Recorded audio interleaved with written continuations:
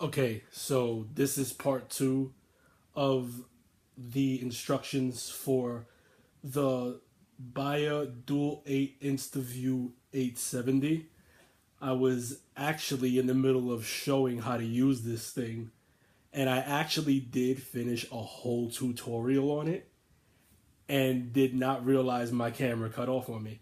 So I'm picking up from where the last tutorial left off. This will be the part two video. So make sure it's playing. And the part where I got cut off at was where I was going to turn off my lights. So this is really made for nighttime viewing. Don't know how your players work, but that's how this one works for me.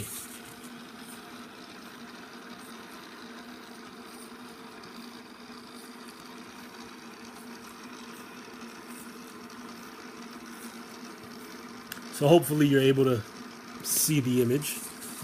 As I said, there are different speeds, so you can play it a little faster.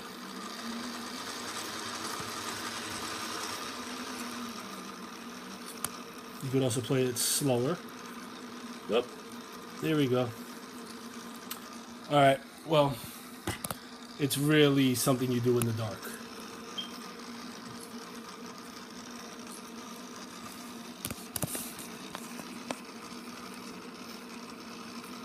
But it works. On this camera, it's not very clear. It's not as clear as it is as when you're sitting down and looking at it. Also, as I told you, for the controls, this set right here, let's see if I can find it. So this one is the light, and then this one adjusts your frame up and down. So there it is. See how it moves up and down? That's your frame moving up and down. And that's this one. It's the second one. It's the one to the left of the light switch. Also, the light controls the power. So without that, you got nothing. All right? Now, where I was rudely interrupted at the end of my last video, I swear, I was sitting there talking in the dark, showing the screen and everything, the whole video.